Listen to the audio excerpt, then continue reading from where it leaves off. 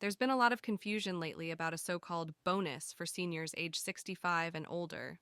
People are seeing headlines that suggest seniors will be getting a payment, or a deposit, or even a stimulus-like bonus. But in reality, that's not what this is.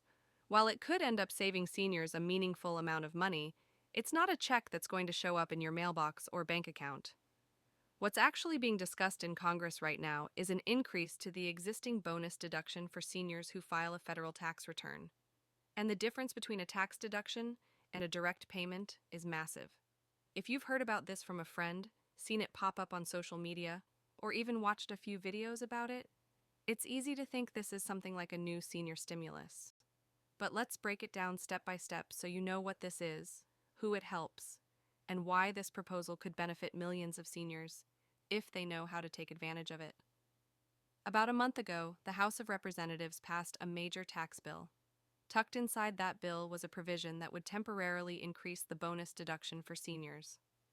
This is the extra deduction that people age 65 and older can claim when filing their federal tax return. Right now, the bonus deduction exists on top of the standard deduction, which every filer is eligible for. But this proposal aims to expand that senior bonus amount for a limited time. The goal is to give seniors more tax relief, particularly in a time when high inflation and rising costs are making it harder for people on fixed incomes to stay ahead. Then the Senate stepped in. After receiving the House bill, they began reviewing it, and a group of lawmakers proposed an even larger bonus deduction than the one outlined by the House. Their version increases the deduction more significantly and applies it to the exact same group, seniors age 65 and up. Both versions are temporary and would apply for a set number of years. So as it stands now, we have two proposals, one from the House and one from the Senate. Both aim to help the same people. The only difference is the size of the deduction being proposed. So what exactly does a bigger deduction mean? It means that when seniors file their taxes, they can subtract more from their income before any taxes are calculated. For example, a senior might start with their total income, then subtract the standard deduction, and then subtract this bonus deduction for being age 65 or older. The result is a lower taxable income. In some cases, if someone has a small enough income to begin with, their entire taxable income might drop to zero. That means no federal income tax would be owed. This isn't new for many low-income seniors who already pay little or no federal tax.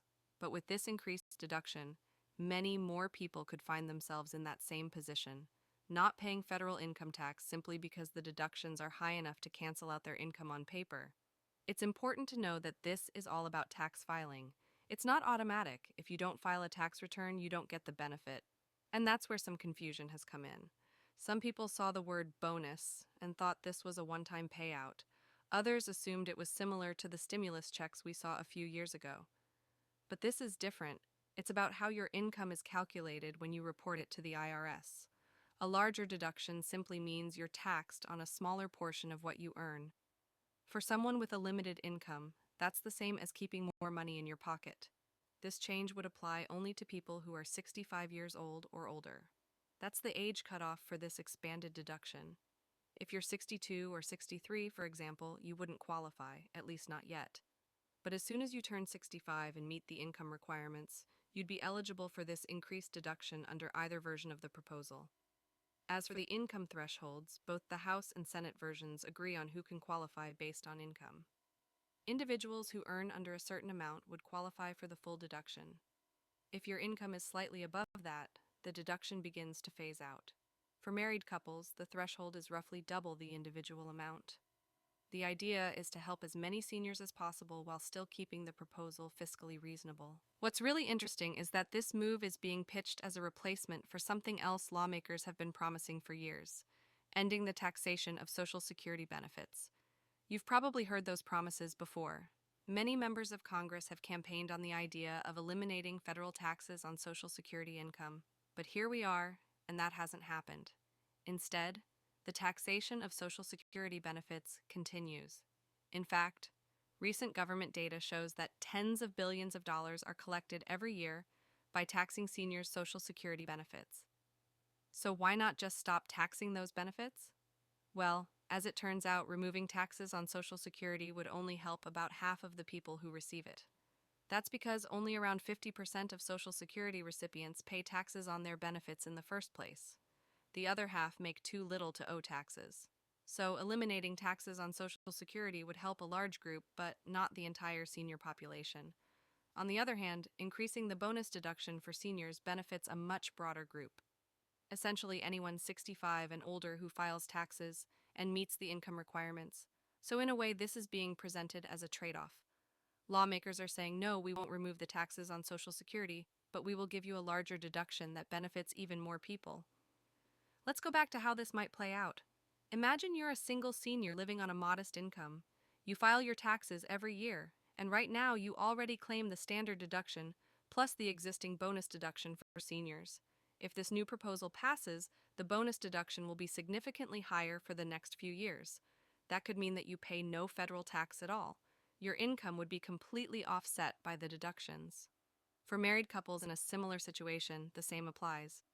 Their deductions would be much higher, reducing or even eliminating their taxable income.